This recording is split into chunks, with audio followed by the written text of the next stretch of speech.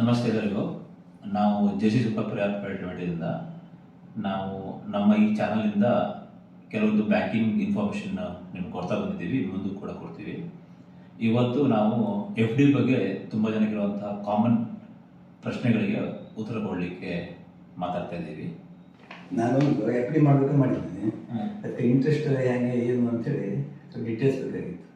So ಬ್ಯಾಂಕಲ್ಲಿ ಬೇರೆ ಬೇರೆ ಥರ ಇಂಟ್ರೆಸ್ಟ್ ಪೇಮೆಂಟ್ಗಳು ಕೊಡ್ತಾರೆ. ಅದರಲ್ಲಿ ಮಂತ್ಲಿ ಇಂಟ್ರೆಸ್ಟ್ ಕೊಡ್ತಾರೆ, ಕ್ವಾರ್ಟರ್ಲಿ ಇಂಟ್ರೆಸ್ಟ್ ಕೊಡ್ತಾರೆ, ಮತ್ತು ಕ್ಯೂಮುಲೇಟಿವ್ ಇಲ್ಲ ರೀಇನ್ವೆಸ್ಟ್ಮೆಂಟ್ ಈ ಥರ ಇಂಟ್ರೆಸ್ಟ್ನ ನಿಮಗೆ ಕ್ರೆಡಿಟ್ ಮಾಡ್ತಾರೆ. ಮಂತ್ಲಿ ಇಂಟ್ರೆಸ್ಟ್ ಹತ್ರ ಏನು? ನಾನು ಈಗ ನಿಮಗೆ ಎಫ್ ಡಿ ಕ್ಯಾಲ್ಕುಲೇಟ್ರಲ್ಲಿ ನೀವು 1 ಲಕ್ಷ ಎಫ್ ಡಿ ಮಾಡಿದ್ರೆ 1 ವರ್ಷಕ್ಕೆ ವಿತ್ 7% ರೇಟ್ ಆಫ್ ಇಂಟ್ರೆಸ್ಟಲ್ಲಿ ಒಂದು ಬ್ಯಾಂಕಲ್ಲಿ ಎಫ್ ಡಿ ಮಾಡಿದಾಗ ಎಷ್ಟು ಮಂತ್ಲಿ ಇಂಟ್ರೆಸ್ಟ್ ಬರುತ್ತೆ ಅಂತ ಹೇಳ್ತೀನಿ. ನೀವು 1 ಲಕ್ಷ ರೂಪಾಯಿ ಮಾಡಿದ್ರೆ 7% ಆಗಿ 1 ಇಯರ್ಗೆ ನಿಮಗೆ 580 ರೂಪಾಯಿ ಬಡ್ಡಿ ಬರುತ್ತೆ ತಿಂಗಳ. ಅಂದರೆ ವರ್ಷಕ್ಕೆ ಬ್ಯಾಂಕ್ ಕೊಡುತ್ತೆ ನಿಮಗೆ 8,960 ರೂಪಾಯಿ ಬಡ್ಡಿ ಕೊಡುತ್ತೆ. ಕ್ವಾರ್ಟರ್ಲಿ ಇಂಟ್ರೆಸ್ಟ್ ಅಂದರೆ ಏನು? ಕ್ವಾರ್ಟರ್ಲಿ ಅಂತಂದರೆ 3 ತಿಂಗಳಿಗೆ ಒಂದ್ಸಲ ಕೊಡೋದು. ಅಂದರೆ ನೀವು ಮಂತ್ಲಿ ಕೊಡೋ ಬದಲು 3 ತಿಂಗಳಿಗೆ ಒಂದ್ಸಲ ಕೊಡ್ತಾರೆ. 3 ತಿಂಗಳಿಗೆ ಒಂದ್ಸಲ ನೀವು ಇಂಟ್ರೆಸ್ಟ್ ತೊಗೊಳೋದಿಲ್ಲ, ಅದೇ 1 ಲಕ್ಷಕ್ಕೆ 1,750 ರೂಪಾಯಿ ನಿಮ್ಮ ಅಕೌಂಟಿಗೆ ಕೊಡ್ತಾರೆ. ವರ್ಷಕ್ಕೆ ಅದು 7,000 ರೂಪಾಯಿ ಬರುತ್ತೆ ನಿಮ್ಮ ಅಕೌಂಟಿಗೆ. ಆಯಿತಾ? ಇಲ್ಲಿ ಒಂದು ಅಬ್ಸರ್ವ್ ಮಾಡಬೇಕು ಏನು ಅಂತಂದರೆ, ನಾವು ಆವಾಗ ಮಂತ್ಲಿ ಅದೇ 1 ಲಕ್ಷ ಮಾಡಿದಾಗ 8,960 ರೂಪಾಯಿ ಕೊಟ್ಟಿದ್ರು ಬ್ಯಾಂಕು. ಅದು 3 ತಿಂಗಳಿಗೆ ಒಂದ್ಸಲ ತೊಗೊಂಡಾಗ 7,000 ರೂಪಾಯಿ ಕೊಡ್ತಾ ಇದ್ದಾರೆ. ಓಕೆ, ಸೊ ಡಿಫ್ರೆನ್ಸ್ ಎಷ್ಟಾಯ್ತು ನಿಮಗೆ? 40 ರೂಪಾಯಿ ಜಾಸ್ತಿ ಆಯಿತು. ಸೊ ಮಂತ್ಲಿಗೂ ಕ್ವಾರ್ಟರ್ಲಿಗೆ ಇದು ಡಿಫ್ರೆನ್ಸ್ ಇದೆ. ಹಾಗಂದ್ರೆ ರೀಇನ್ವೆಸ್ಟ್ಮೆಂಟ್ ಅಂದರೆ ಏನು? ರೀಇನ್ವೆಸ್ಟ್ಮೆಂಟ್ ಅಂತಂದರೆ ನಿಮ್ಮ ಎಫ್ ಡಿ ಬಂದಿದ್ದ ದುಡ್ಡನ್ನ ಮತ್ತೆ ಅಂದರೆ ಎಫ್ ಡಿ ಬಂದಿದ್ದ ಇಂಟ್ರೆಸ್ಟ್ ದುಡ್ಡನ್ನ ಮತ್ತೆ ಎಫ್ ಡಿಗೆ ವಾಪಸ್ ಹಾಕ್ತಾರೆ. ಅಂದರೆ ಈಗ ನಾವು ಅದೇ 1 ಲಕ್ಷ ರೂಪಾಯಿ ಎಕ್ಸಾಂಪಲ್ ತೊಗೊಂಡ್ರೆ 1 ವರ್ಷಕ್ಕೆ ಮಾಡಿದ್ರೆ ಬ್ಯಾಂಕ್ ಅವರು ನಿಮಗೆ ಕ್ವಾರ್ಟರ್ಲಿ 1,250 ರೂಪಾಯಿ ಕೊಡ್ತಿದ್ರು, ಅಕೌಂಟಿಗೆ ಜಮಾ ಮಾಡ್ತಿದ್ರು ಕ್ವಾರ್ಟರ್ಲಿ ತೊಗೊಂಡ್ರೆ. ಈಗ ರೀಇನ್ವೆಸ್ಟ್ಮೆಂಟ್ ಮಾಡೋದು ಏನು ಮಾಡ್ತಾರೆ, ಆ 1,750 ರೂಪಾಯಿನ ಎಫ್ ಡಿಗೆ ಹಾಕ್ತಾರೆ. ಅಂದರೆ 3ನೇ ತಿಂಗಳು ಆದಮೇಲೆ 4ನೇ ತಿಂಗಳು 1ನೇ ದಿವಸದಿಂದ ನಿಮ್ಮ ಎಫ್ ಡಿ ದುಡ್ಡು 1,01,750 ಅದ್ರ ಮೇಲೆ ಬಡ್ಡಿ ಕ್ಯಾಲ್ಕುಲೇಟ್ ಆಗುತ್ತೆ. ಅಂದರೆ ಬಡ್ಡಿಗೆ ಚಕ್ರ ಬಡ್ಡಿ ಅಂತ ಹೇಳ್ತೀವಲ್ಲ, ಆ ಥರ ಕ್ಯಾಲ್ಕುಲೇಟ್ ಆಗಿ ನಮಗೆ ಇಂಟ್ರೆಸ್ಟ್ ಕೊಡ್ತಾರೆ. ಸೊ ಹಂಗೆ ಮಾಡಿದಾಗ ನಮಗೆ 1 ವರ್ಷದ ಕೊನೆಯಲ್ಲಿ ಅದೇ ಎಫ್ ಡಿಗೆ 7,185 ರೂಪಾಯಿ ನಮ್ಮ ಅಕೌಂಟಿಗೆ ಬಂದು ಬಿಡುತ್ತೆ. ಸೊ ಈಗ ನಾವು ಸುಮ್ಮನೆ ಡಿಫ್ರೆನ್ಸ್ಗೆ ನೋಡೋಣ. ಮಂತ್ಲಿ ತೊಗೊಂಡ್ರೆ 8,960, ರೀಇನ್ವೆಸ್ಟ್ಮೆಂಟ್ ಅಂದರೆ ನಾನು ಕೊನೆಗೆ ತೊಗೊತೀನಿ, ಮೆಚುರಿಟಿ ಟೈಮಲ್ಲೇ ತೊಗೊತೀನಿ ಅಂತಂದರೆ 7,185 ರೂಪಾಯಿ ನಮ್ಮ ಬ್ಯಾಂಕಲ್ಲಿ ಬಡ್ಡಿ ಕೊಡ್ತಾರೆ. ಡಿಫ್ರೆನ್ಸ್ ನಮಗಾಯಿತು 225 ರೂಪಾಯಿ. ರಿನ್ಯೂವಲ್ ವಿತ್ ಪ್ರಿನ್ಸಿಪಲ್ ಮತ್ತು ಇಂಟ್ರೆಸ್ಟ್ ಅಂದರೆ ಏನು? Renewal with principal and interest ಅಂದರೆ ಅವಾಗಲೇ ಹೇಳಿದ್ವಿ ಗೊತ್ತಾ, ರೀಇನ್ವೆಸ್ಟ್ಮೆಂಟ್ ಆದಾಗ 1 ಲಕ್ಷ ಎಫ್ ಡಿ ಮಾಡಿದ್ರೆ 7,185 ರೂಪಾಯಿ ನಮಗೆ ಇಂಟ್ರೆಸ್ಟ್ ಸಿಗುತ್ತೆ. 1 ವರ್ಷ ಆದಮೇಲೆ ನಮ್ಮದು ಮತ್ತೆ ಹೊಸ ಎಫ್ ಡಿ ಆಗಬೇಕು, ಅಂದರೆ ರಿನ್ಯೂವಲ್ ಆಗಬೇಕು. ಅದು ನಾವು ಊರಲ್ಲಿದ್ದೇ ಹೋದಾಗ ಆಟೋ ರಿನ್ಯೂವಲ್ ಆಪ್ಷನ್ ಕೊಟ್ಟಿದ್ರೆ ಅವಾಗ ಏನಾಗುತ್ತೆ, ನೀವು ಅದೊಂದು ಆಪ್ಷನ್ ಇರುತ್ತೆ, renew with principal and interest ಅಂದರೆ ನೀವು ಹಾಕಿದ್ದು 1 ಲಕ್ಷ ರೂಪಾಯಿ ಮತ್ತು ಇಂಟ್ರೆಸ್ಟ್ 7,185 ರೂಪಾಯಿ ಎಲ್ಲ ಸೇರಿ ಹೊಸ ಎಫ್ ಡಿ ಇನ್ನೊಂದು ವರ್ಷಕ್ಕೆ ಬುಕ್ ಆಗುತ್ತೆ. ಅದಕ್ಕೆ ಹೇಳ್ತಾರೆ renewal with principal and interest ಅಂತ. ಈ ಎಫ್ ಡಿ ಇದೆಯಲ್ಲ, ಈಗ ಇಂಟ್ರೆಸ್ಟ್ ಬಗ್ಗೆ ಹೇಳಿದ್ರಿ ನೀವು 2-3 ಅದ್ರಲ್ಲಿ ನಾವು ಯಾವ ತೊಗೊಂಡ್ರೆ ನಮ್ಗೆ ಅನುಕೂಲ ಆಗ್ತೈತಿ? ಈಗ ನಿಮಗೆ ನೀವು ಎಫ್ ಡಿ ಮಾಡಿರ್ತಿರಲ್ಲ, ಆ ಎಫ್ ಡಿ ನಿಮಗೆ ಯಾವ ಥರ ಬೇಕು ಅಂತ ಫಸ್ಟು ಮುಂಚೆನೇ ಪ್ಲ್ಯಾನ್ ಮಾಡ್ಕೊಬೇಕು. ಈಗ ನಾನು 1 ವರ್ಷ ಎಕ್ಸಾಂಪಲ್ ಕೊಟ್ಟೆ, 1 ವರ್ಷಕ್ಕೆ ನೀವು ಮಾಡಬೇಕು ಅಥವಾ 10 ವರ್ಷಕ್ಕೆ ಮಾಡಬೇಕು, ಇಲ್ಲ ಮಧ್ಯದಲ್ಲಿ ಏನು ಮಾಡಬೇಕು, ಅದು ನಿಮ್ಮ ಡಿಸಿಷನ್. ಯಾಕಂದರೆ ನಿಮ್ಗೆ ಯಾವಾಗ ನಿಮಗೆ ಎಫ್ ಡಿ ಬೇಕು ನೀವು ಪ್ಲ್ಯಾನ್ ಮಾಡ್ಕೊಂಡು ಎಫ್ ಡಿ ಮಾಡ್ಕೊಬೇಕಾಗ್ತದೆ. ಆಯಿತಾ?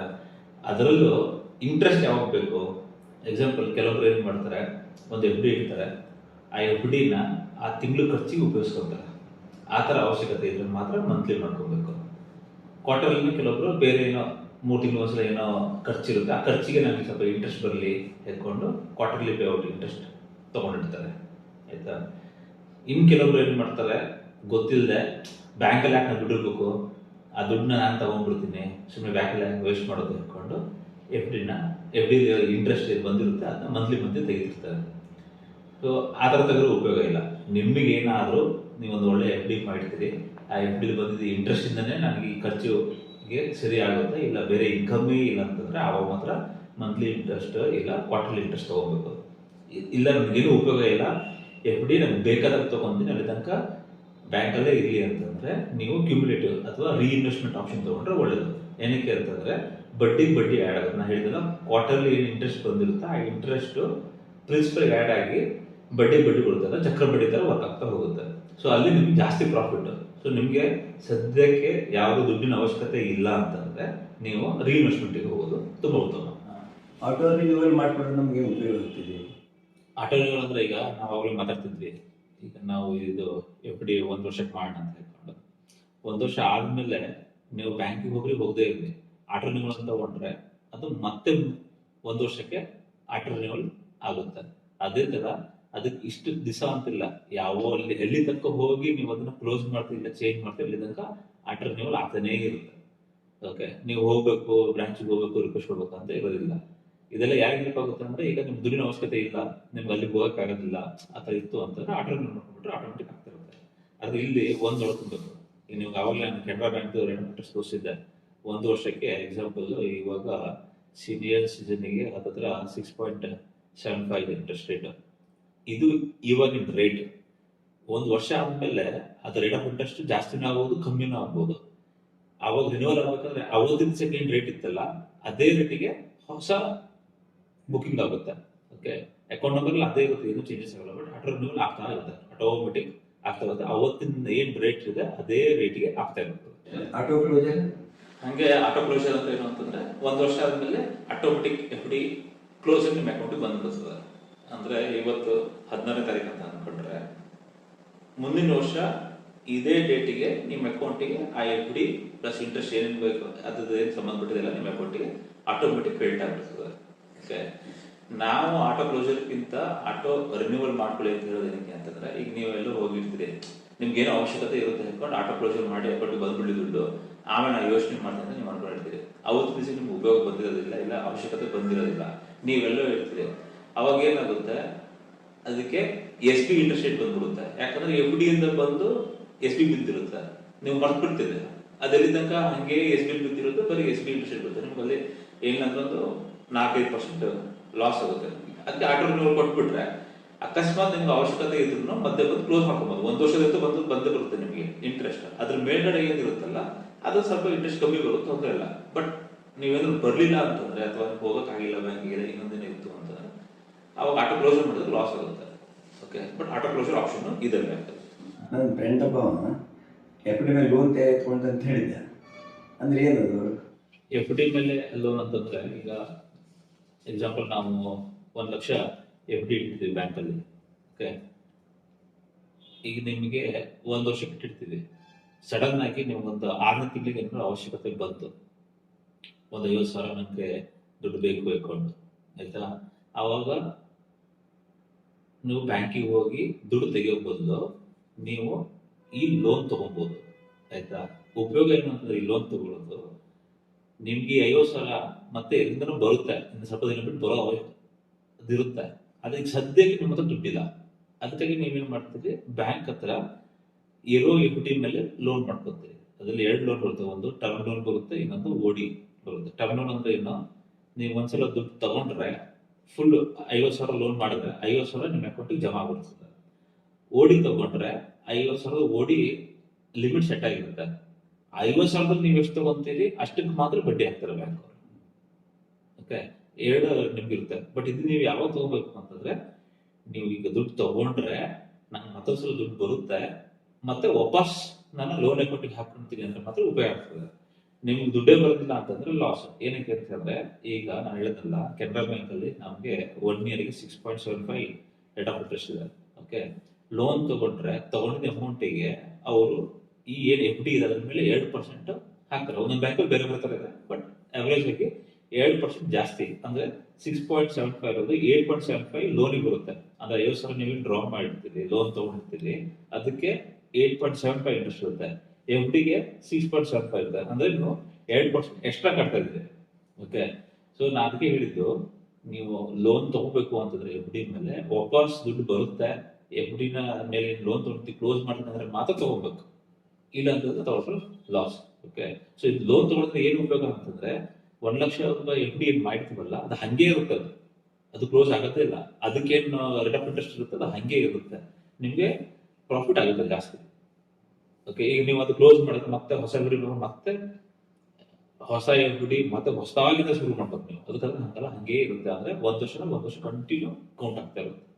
ನಾವು 1 ಲಕ್ಷ ರೂಪಾಯಿ ಎಫ್ ಡಿ ಇಟ್ಟಿದ್ದಲ್ಲ, ಅದು ನಾನು ಮಧ್ಯದಲ್ಲಿ ಬೇಕಾದ್ರೆ ದುಡ್ಡು ಇಡಬೇಕಾದ್ರೆ ಅದ್ರ ಮೇಲೆ ಮತ್ತೆ ಪೆನಾಲ್ಟಿಗೆ ಎಂಟು ಹಾಕ್ತಾರೆ ಏನು? ಈಗ ನೀವು ಕೇಳಿದ ಆಕ್ಚುಲಿ ಒಳ್ಳೆ ಪ್ರಶ್ನೆ. ಎಷ್ಟೋ ಜನಕ್ಕೆ ಇದು ಪ್ರೀ ಕ್ಲೋಸರ್ ಚಾರ್ಜಸ್ ಗೊತ್ತಿಲ್ಲ. ಅಂದ್ರೆ ಪೆನಾಲ್ಟಿ ಅಂದ್ರೆ ಬ್ಯಾಂಕ್ ಅವರು ಸುಮ್ಮನೆ ಹಾಕೋದಿಲ್ಲ. ನೀವು ಈಗ ಎಫ್ ಡಿ ಮಾಡ್ತೀರಿ, 1 ವರ್ಷಕ್ಕೆ ಮಾಡ್ತೀರಿ, 1 ವರ್ಷಕ್ಕೆ ನಾನು ಇಷ್ಟು ದುಡ್ಡು ಕೊಡ್ತೀನಿ ಅಂತ ಹೇಳ್ತಾರೆ ಬ್ಯಾಂಕ್ ಅವರು, ನಾವು ಇಷ್ಟು ಇಂಟ್ರೆಸ್ಟ್ ಕೊಡ್ತೀವಿ ಅಂತ ಹೇಳ್ತಾರೆ. ಇದು ಬಾಂಡ್ ಬಂದಿರ್ತದೆ. ನೀವು ಸಡನ್ ಆಗಿ ಕ್ಲೋಸ್ ಮಾಡ್ಕೊಳ್ಳೆ ಅದು ರೇಟ್ ಆಫ್ ಇಂಟ್ರೆಸ್ಟ್ ಕಮ್ಮಿ ಆಗುತ್ತೆ. ಅಂದ್ರೆ ಅವತ್ತಿನ ದಿವಸಕ್ಕೆ ಎಷ್ಟು ಇರುತ್ತೆ ಅಷ್ಟು, ಮತ್ತೆ ಪೆನಾಲ್ಟಿ ಬ್ಯಾಂಕಿಗೆ ಸ್ವಲ್ಪ ಕಾಸ್ಟ್ ಆಗುತ್ತೆ. ಅದಕ್ಕೆ 1% ಅಥವಾ 0.5 ಡಿಪೆಂಡ್ಸ್ ಆನ್ ದ ಬ್ಯಾಂಕ್, ಅವರು ಚಾರ್ಜ್ ಮಾಡ್ತಾರೆ. ಎಕ್ಸಾಂಪಲ್ ನಾನು ಹೇಳ್ತೀನಿ, ಈಗ ನಾವು 1 ವರ್ಷಕ್ಕೆ 1 ಲಕ್ಷ ರೂಪಾಯಿ ಎಫ್ ಡಿ ಬಗ್ಗೆ ಮಾತಾಡ್ತಿದ್ವಿ, ಆಯ್ತಾ. ಈಗ ಎಕ್ಸಾಂಪಲ್ ಕೆನರಾ ಬ್ಯಾಂಕ್ ನಾವು ಸೀನಿಯರ್ ಇಂಟ್ರೆಸ್ಟ್ ರೇಟ್ ನೋಡೋಕೆ ಹೋದಾಗ 1 ವರ್ಷಕ್ಕೆ 6.75 ಇತ್ತು, ಆಯ್ತಾ. ಅಂದ್ರೆ 365 ದಿವಸ. ನಿಮ್ಗೆ ಸಡನ್ ಆಗಿ ಒಂದು 180 ದಿವಸ ಅಂದ್ರೆ 6 ತಿಂಗಳಿಗೆ ನಿಮ್ಗೆ ದುಡ್ಡು ಅವಶ್ಯಕತೆ ಬಂದ್ಬಿಡ್ತು. ಇವತ್ತಿನ ಪ್ರಕಾರ 6 ತಿಂಗಳಿಗೆ 6% ಇದೆ ಎಫ್ ಡಿ ರೇಟ್. ಓಕೆ, ನೀವು 6 ತಿಂಗಳಿಗೆ ಕ್ಲೋಸ್ ಮಾಡ್ಲಿಕ್ಕೆ ಹೋದ್ರೆ ಬ್ಯಾಂಕ್ ಅವರು ಆ 6 ತಿಂಗಳಿಗೆ ಎಷ್ಟು ಬಡ್ಡಿ ಇದೆ ಅಂತ ಲೆಕ್ಕ ಮಾಡ್ತಾರೆ. 6% ಇದೆ. 6% ಅಲ್ಲಿ 1% ಪೆನಾಲ್ಟಿ ತಗೊಂತಾರೆ. ಅಂದ್ರೆ 5%.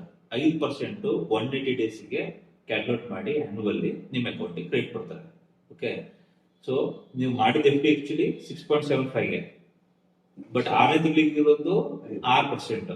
6% 1% ಚಾರ್ಜ್ ಮಾಡ್ತಾರೆ. ಸೊ ನಿಮ್ಗೆ 5% ಮಾತ್ರ ಸಿಗೋದು. Okay, so F D close ಮಾಡ್ಕೊಂಡು ನೀವು ಅದನ್ನ ಯೋಚನೆ ಮಾಡ್ಬೇಕು. ಈಗೇನಾದ್ರೂ ನೀವು ಈಗ ಆಟೋ ರಿನ್ಯೂವಲ್ ಆಗಿರ್ತದೆ, ಎಷ್ಟು ರೇಟ್ ಜಾಸ್ತಿ ಆಗಿರುತ್ತೆ ಕಮ್ಮಿ ಆಗಿರುತ್ತೆ, ಅವಾಗಿನ ರೇಟ್ ಅಲ್ಲ. ನಾವು ಇವತ್ತು ಎಫ್ ಡಿ ಮಾಡಿದಾಗ ಇವತ್ತು 6 ತಿಂಗಳಿಗೆ ಏನ್ ರೇಟ್ ಇತ್ತು ಆ ರೇಟ್ ಮೇಲೆ ಅವರು 1% ಪೆನಾಲ್ಟಿ ನಮ್ಗೆ ಹಾಕ್ತಾರೆ. ನಾವು ಮುಂಚೆನೆ ಎಫ್ ಡಿನ ಕ್ಲೋಸ್ ಮಾಡಿದ್ರೆ ಮಾತ್ರ ಹಾಕೋದಿಲ್ಲ. ನನ್ನ ಎಫ್ ಡಿಗೆ ನಮ್ಮ ಮನೆಯವ್ರಿಗೆ ಒಮ್ಮೆಗೆ ಇದ್ದಾರೆ. ನಾನು ಮುಂದೆ ನಮ್ಮ ಮಗನ ಹೆಸರಲ್ಲಿ ಒಮ್ಮೆಗೆ ಚೇಂಜ್ ಮಾಡ್ಲಿಕ್ಕೆ ಆಗ್ತದೆ ಹೆಂಗೆ? ಬ್ಯಾಂಕಲ್ಲಿ ಇವಾಗ ನಾವು ತುಂಬಾ ನೋಡಿದ್ವಿ, ಎಷ್ಟೋ ಎಫ್ ಡಿಗಳಿಗೆ ನಾಮಿನೇಷನ್ ಇರೋದಿಲ್ಲ. ಎಫ್ ಡಿಗಾಯ್ತು, ಅಕೌಂಟಿಗಾಯ್ತು, ಲಾಕರಿಗಾಯ್ತು, ನಾಮಿನೇಷನ್ ಇರೋದಿಲ್ಲ. ನಾಮಿನೇಷನ್ ಮಾಡೋದು ಇಂಪಾರ್ಟೆಂಟ್. ಯಾಕಂದ್ರೆ ನಮ್ಗೆ ಹೆಚ್ಚು ಕಮ್ಮಿ ಆದಾಗ ನಮ್ಮ ಲೀಗಲ್ ಹೆಡ್ಸ್ ಯಾರಿರ್ತಾರೆ ಅವ್ರು ಬಂದು ಅದನ್ನ ಕ್ಲೇಮ್ ಮಾಡ್ಬೋದು. ಇಲ್ಲಾಂದ್ರೆ ಎಷ್ಟೋ ಎಫ್ ಡಿಸ್ ಅಥವಾ ಎಷ್ಟೋ ಈ ತರ ಅಕೌಂಟ್ಗಳು ಅನ್ಕ್ಲೇಮ್ಡ್ ಆಗಿರ್ತಾರೆ. ಸೊ ಉಪಯೋಗ ಇರೋದಿಲ್ಲ. ಸೊ ದಯವಿಟ್ಟು ಎಲ್ಲರಿಗೂ ನಾವೇನು ಹೇಳ್ತೀವಿ, ನಿಮ್ಮ ಅಕೌಂಟ್ ಅಲ್ಲಿ ಅಥವಾ ಎಫ್ ಡಿಲಿ ಯಾವುದೇ ಡೆಪಾಸಿಟ್ ಅಲ್ಲಿ ನೀವು ನಾಮಿನೇಷನ್ ಮಾಡಿಲ್ಲ ಅಂದ್ರೆ ನಾಮಿನೇಷನ್ ಮಾಡ್ಕೊಳ್ಳಿ ಅಂತ ಹೇಳ್ತೀವಿ. ಓಕೆ, ಅದೇ ರೀತಿ ನೀವು ನಾಮಿನೇಷನ್ ಮಾಡಿರ್ತೀರಾ, ಮಧ್ಯದಲ್ಲಿ ಇನ್ಯಾರಿಗಾದ್ರು ಚೇಂಜ್ ಮಾಡಬೇಕು ಅಂತಿದ್ರೆ 100% ನೀವು ಚೇಂಜ್ ಮಾಡ್ಕೋಬಹುದು. ಬಟ್ ನೆನ್ಪಿಟ್ಕೊಳ್ಳಿ, ನಾಮಿನೇಷನ್ ಮಾಡೋದು ತುಂಬಾ ಉತ್ತಮ. ನೀವು ಇಷ್ಟೊತ್ತು ಅಂತ ನನಗೆ ಎಫ್ ಡಿ ಇಡೋದ್ರ ಬಗ್ಗೆ ಒಳ್ಳೆ ಮಾಹಿತಿ ಕೊಟ್ಟಿದ್ದೀರಿ. ಮುಂದೆ ನಾನು ಮನೆ ಹೋಗಿ ಅದ್ರ ಬಗ್ಗೆ ವಿಚಾರ ಮಾಡಿ ಮುಂದೆ ಅದ್ರ ಬಗ್ಗೆ ಟ್ಯಾಕ್ಸ್ ಗೀಕ್ಸು ಅದ್ರ ಬಗ್ಗೆ ವಿಚಾರಕ್ಕೆ ಮುಂದೆ ಸಂಬಂಧ ಮತ್ತು ಬಂದು ಕನ್ಸಲ್ಟ್ ಮಾಡ್ತೀನಿ.